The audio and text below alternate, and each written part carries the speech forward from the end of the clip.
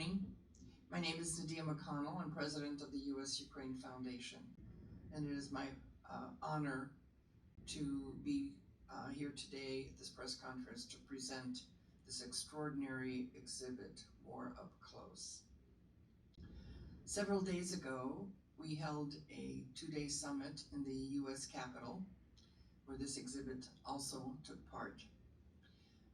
The title of our summit was Victory for Ukraine or Victory for Putin?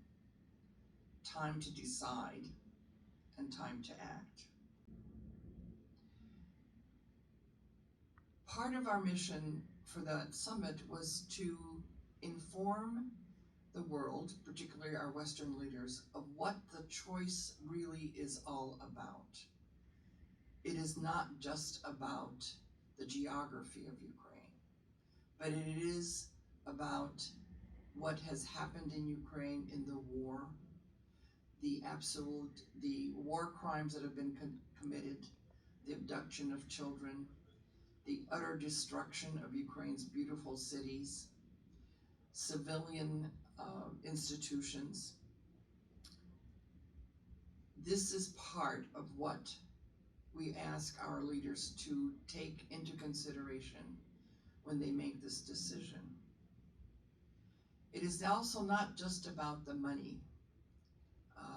We are here at a very important time. The news is that President Zelensky is coming to Washington tomorrow, and he will be visiting. He will be at the Congress, and he's being hosted by President Biden. It is, as I said, it's not just about the funding issue that is before the U.S. Congress, but it is also about what is needed for Ukraine to win. We need to provide Ukraine the tools so that it can not only defend itself, but win in this very important, decisive battle. Part of our discussion was, again, as I said, to focus on all the other elements of this criminal war that is being waged against Ukraine. With this exhibit, you will be able to see firsthand, well, at least virtually, what has happened in Ukraine.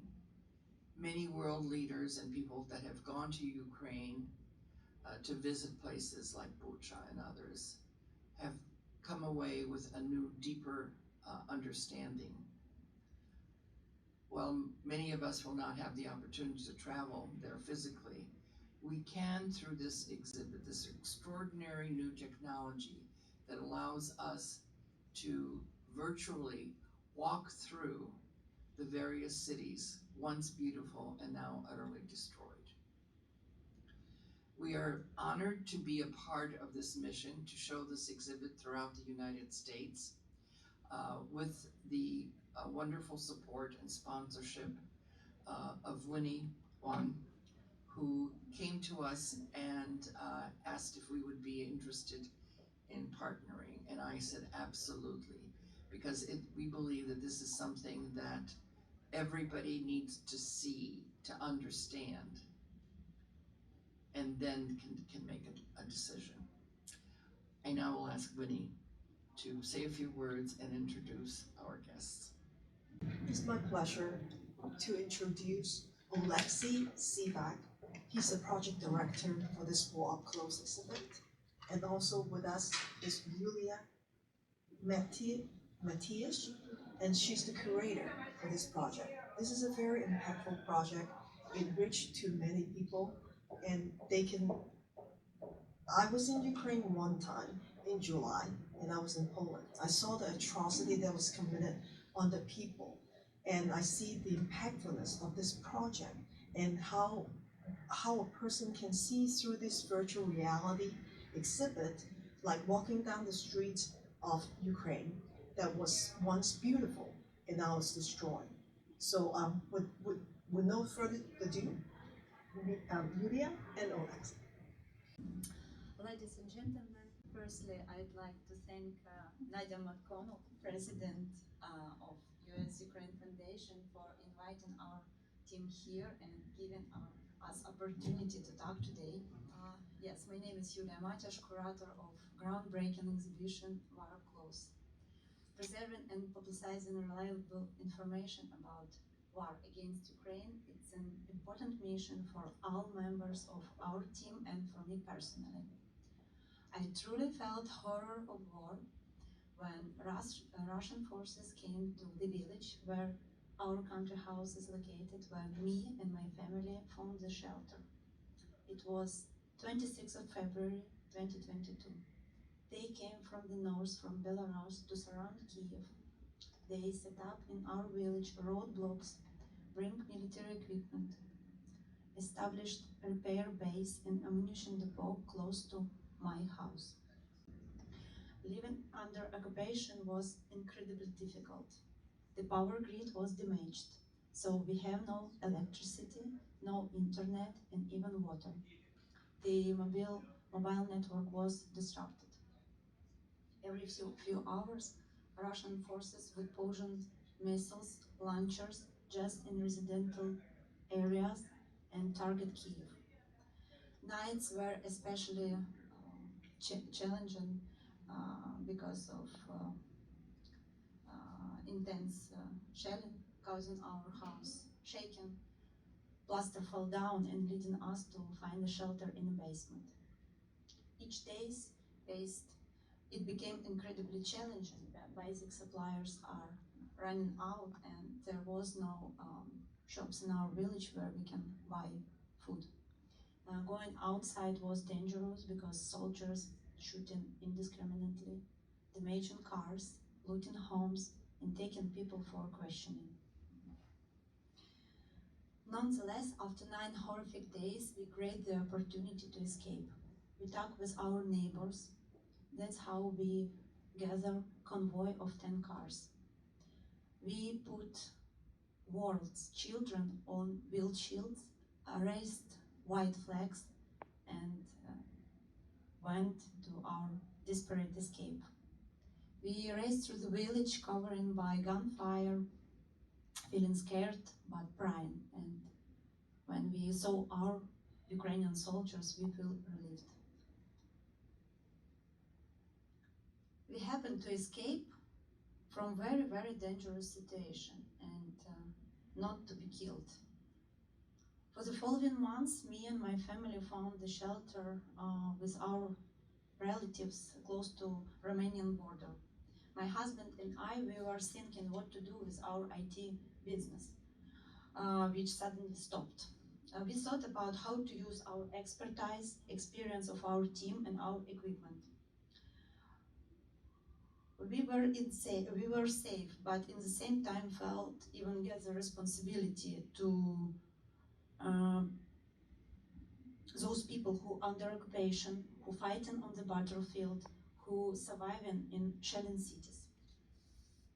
Before invasion, we had been digitalizing our beautiful Ukraine as touristic destination for over 5 years with a team of professional photographers, hoping that one day we will be able to welcome you as a guest to our country. So we reorganized and switched to documentation of places of destruction to present the world what this war looks like. Rocket attack in Kyiv and that period was on the peak. Our photographers started taking 3D photos in Kyiv for documentation and damage assessment. And it was natural because essentially we were doing the same work, making 3D tours of castles, national parks, museums. But now we have digitalized destroyed objects like residential buildings, schools, hospitals, cultural heritage sites. We decided to create a website called War Up Close to collect and share information in one place. This is how the project started. Media outlets from Romania, Czech Republic, Japan reached out of publication about and information about dissemination, inspiring us to expand the project. We documented the consequences of the occupation in liberated locations such as Bucha, Irpin, Borodyanka. We went to expedition to liberated Chernihiv and Kharkiv region. Despite the dangers, our determination to document the crimes against Ukraine and humanity persisted, aiming to preserve the memory of this tragedy to future generations. This led to creation of the VR exhibition War Up Close, which is showcased in Washington, Berlin, Paris, Brussels, Warsaw. My colleague Alexei organized smaller yet impactful exhibition in Jakarta, Abu Dhabi, Rome, New York. A week ago, we showed a series of exhibitions in Australia, including Australian Parliament. And now we are on 2 weeks tour with exhibition and presentation through US. Today we proudly present exhibition War Up Close here in National Press Club in Washington, D.C. I proudly invite you immerse yourself in the world where reality and virtuality merged, where the horror of war are relived through immersive and inventive environment. To make this possible, we have used modern technology, and all you need is just put those Oculus or use cardboards and your iPhones. Through this, you will witness what the people of Ukraine, a European country, see every day in various locations. We currently have digitally captured only 16 locations, but it's just a fraction of the 1,000 affected. Our purpose is to bring this to your attention and make awareness, and let you decide how to react. We don't provide any specific recommendation.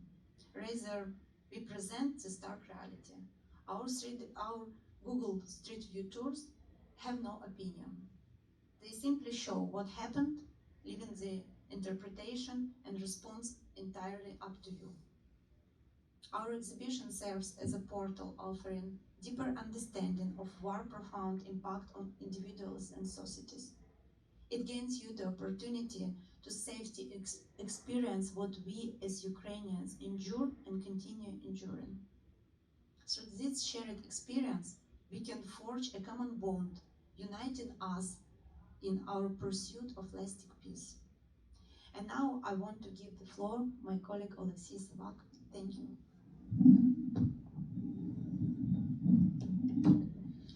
Yes, hello everyone. My name is Alexei Savak, and I want to add something about this exhibition to what was already said.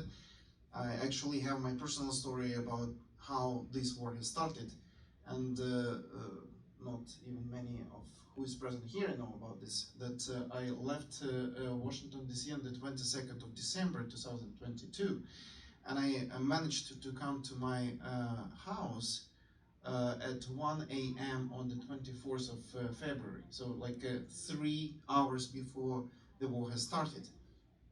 So I should say everything was very sudden, but we managed to find ourselves ready to respond, and we have started this documentation of the destructed places with the aim to share this knowledge to everyone in the world. As Yulia have said, we have brought this exhibition to as many as 10 countries all over the world. And also we had some time here in the United States, and we found that the audience of these exhibitions were very receptive. We found that people are very curious about what is happening in Ukraine. They ask questions, they want to know. And with this, we found that these people are very much care about what is happening there. So they want to react to this. They want to do something about this. And by saying react, I mean act. I mean do something that could influence the situation, that could change the situation. And I believe this is possible. I believe this is possible when we all understand what can unite us. And I believe that what unites us is the same values. The values of freedom, the values of democracy, the value of each and every life. Of course, we very much need your help. We need this unity, and what is the most important, the unity should be demonstrated and implemented. This unity actually is the precondition of our survival. With all of this in mind, I want to welcome you to this exhibition. I want you to go ahead and to have your own experience with all we have digitized and documented. And I want all of you to have your own answer to the question I want to know. Like Yulia said, we had this event in Congress several days ago in Washington, D.C. And now we will go to Texas. And we want to bring this to as many people as possible, to as many communities as possible, to as many representatives as possible. So everyone would have this opportunity to create his own attitude to what is happening in Ukraine. So when it comes to a responsible decision, US people and their representatives know what they vote for. They know what they do to build our common future and our common world, better world. With this, we all welcome you to start with this exhibition and then to share this knowledge and your attitude to the rest of the world. Thank you. Thank you very much. The American people are a very generous people. And I think once they have the facts and the information, I think that the support for Ukraine will continue and grow stronger. As it is, surveys show that most Americans support continuing aid for Ukraine, especially when they learn more about the details. We have begun going out to our various communities, and we find that when they have the information, attitudes really can change, particularly when they are told about the horrific war crimes of abducted children, right? Tens of thousands. The Russians boast that they've gotten 700,000. I think that's probably another way to dampen spirits but Americans understand this. I always often talk about in this country, when a child goes missing, we have the Amber Alert. Everybody unites to try to find this one child. And here we've got hundreds of thousands of children that are missing. And when you tell this to most Americans, they said, we can't stand for this. And so I think we have come to understand that we do need to get out of Washington and get to the communities, give them the opportunity to learn about really what is going on. And I think I really am proud that we are going to be able to do this together, because I think this exhibit is one of the most powerful tools that we have. We've got wonderful people who go out and speak, but I think there's nothing like seeing it visually. I think one of the things that I also must note that when people talk about who's going to win, I think people believe that Ukraine's going to win, because the people of Ukraine know what they are fighting for. They're not being paid to go fight, right? But it isn't just the military, right? We see that every Ukrainian who's there does their part. And just Yulia, as you were describing, you took your skills, your talent, your business, and you refocused it, right, to help in this situation. I think we're seeing this across the board, and we really admire and we will do whatever we can to support you. Alexei, what were you doing before the war? I am still working as a partner at the consultancy company CFC Big Ideas, which is located in Kyiv, Ukraine, and we had established this communication among big companies and the government of Ukraine to better support what they do in this country. So with this, we had several projects to help Ukraine to tell the story about the cultural heritage, about the touristic places to the rest of the world. And this is how we started this cooperation with Yulia and her company to promote Ukraine as a tourist destination. So when the war has started, we understood that we have the skills, and no one asked us to apply this. We have decided we need to do it right now, not only because to keep track of the destructions as a proof of what was destroyed, but also to share this very unique understanding of the war. And like being inside the war situation is not only about knowing about what is happening, but also about feeling it, about seeing around, about helping people.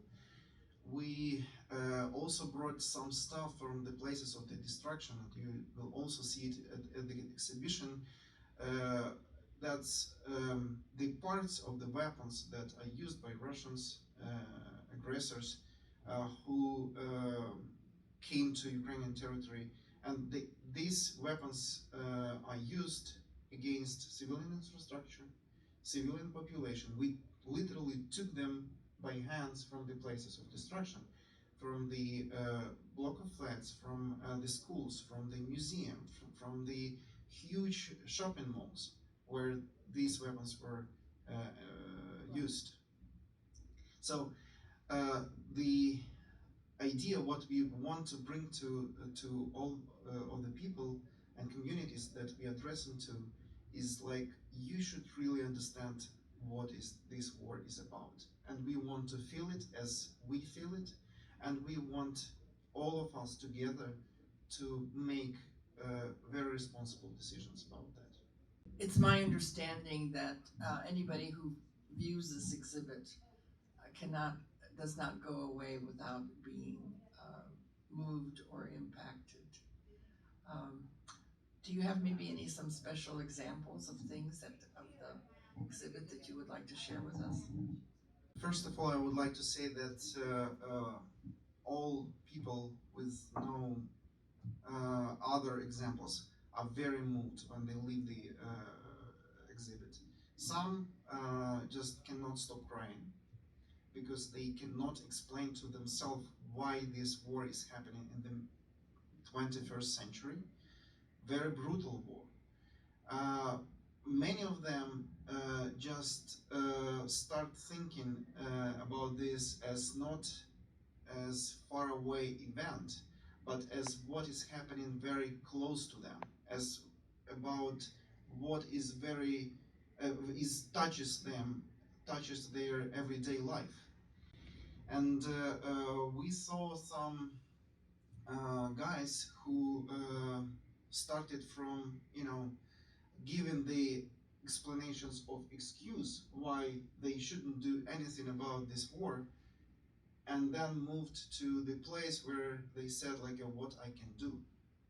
And this is we all want to see among the visitors of this exhibition, and even more about the communities in this country as a whole, because we know that these people in this country are very responsible.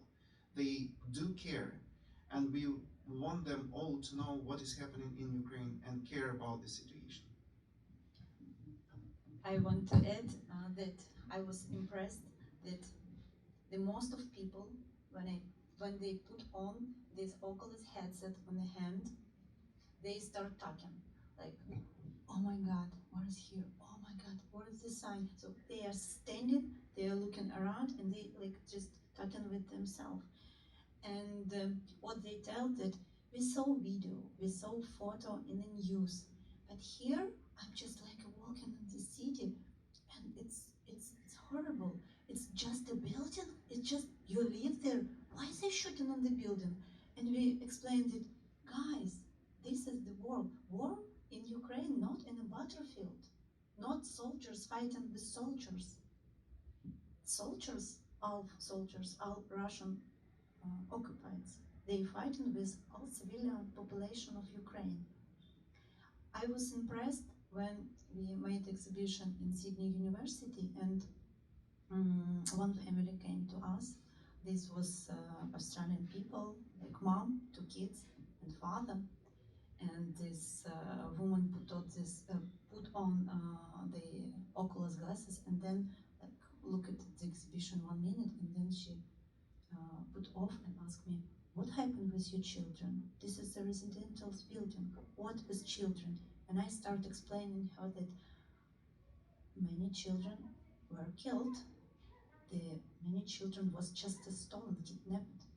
Thousands, hundreds of Ukrainian children now in Russia.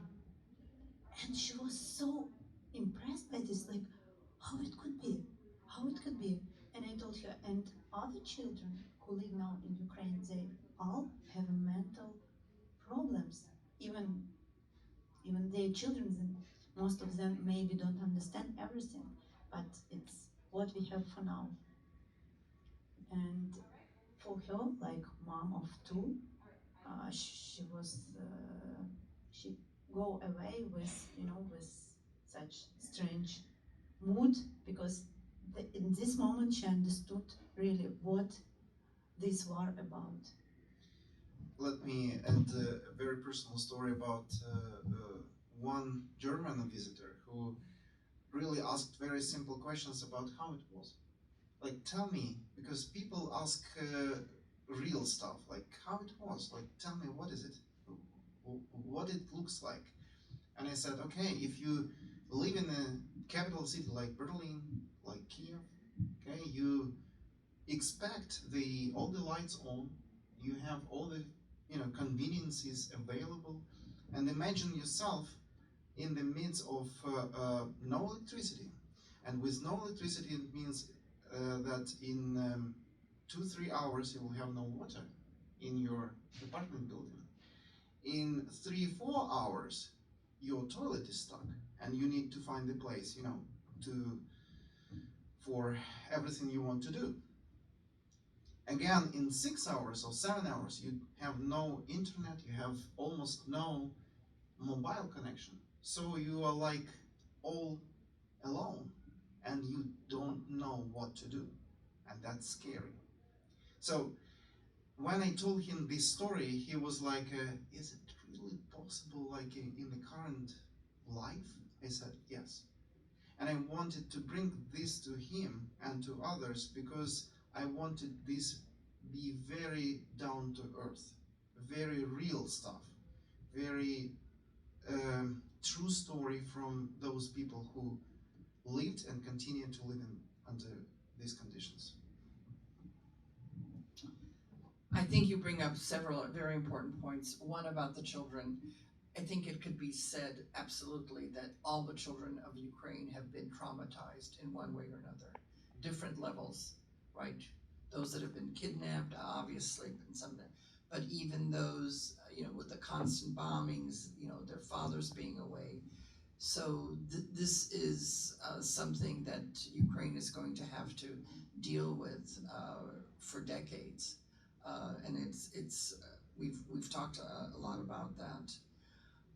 You mentioned also the difference between battles and soldiers, killing soldiers, and General Breedlove makes the point that that's different from what we're seeing in Ukraine, in addition to the casualties on the road, because Putin has weaponized murder, right? So when you line people up and shoot them in the back of the head so that they fall forward into a mass grave, that's not a battlefield, right?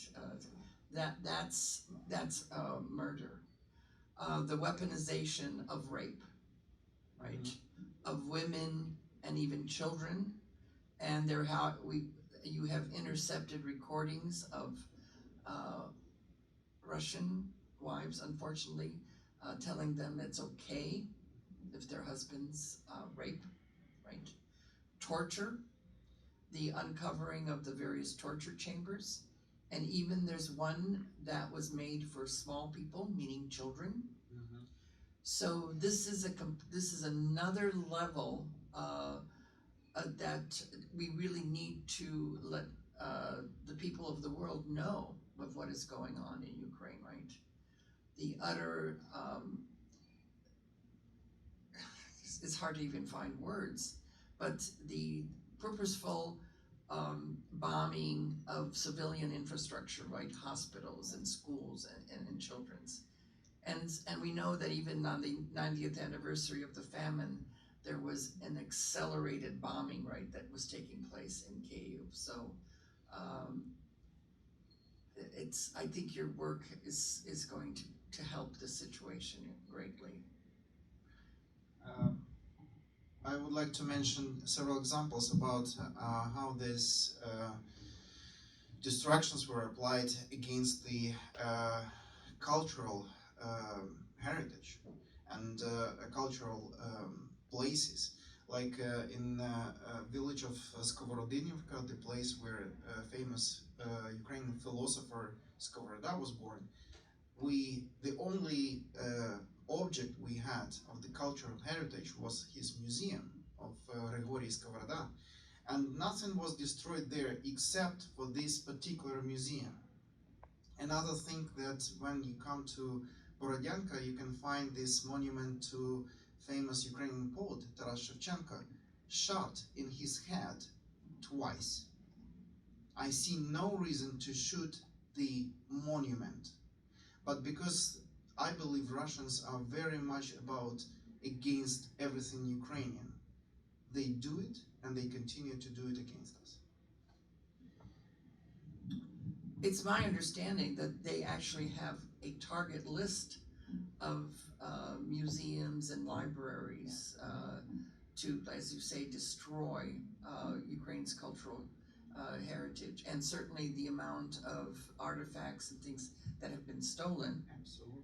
Thousands, I guess, have been tracked now, are being featured in the museums and the Armitage and the like. So some of it has been recovered, but so much has been lost to the world in terms of Ukraine's historic and cultural, particularly, I guess, the Scythian gold and the others. It's hard to comprehend all of this that is going on, and I think again, words are one thing; it's hard to convey, but I think seeing it is most powerful. So thank you very much for the work that you're doing, and we will do everything that we can to spread the word with Vinny's great enthusiasm and energy. You talked about being in Texas. We were in Texas a month ago with General Breedlove for 3 days, and there's a lot of work that needs to be done. We're going to be going back, so I think you're going to Texas is important.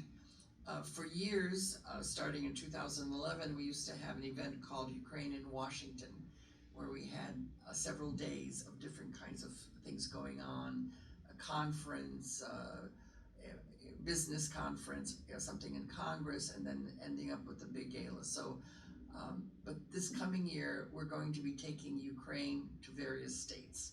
So it'll be Ukraine in Texas and Florida, Ohio, so that we can get the people of America closer, understanding to what the people of Ukraine are suffering. So the point is, the torture chamber that you were talking about, the destruction of the civilian building, is something that the viewer can see from the war up close, basically. And they can immerse themselves into this virtual reality setting and see for themselves. Thank you all.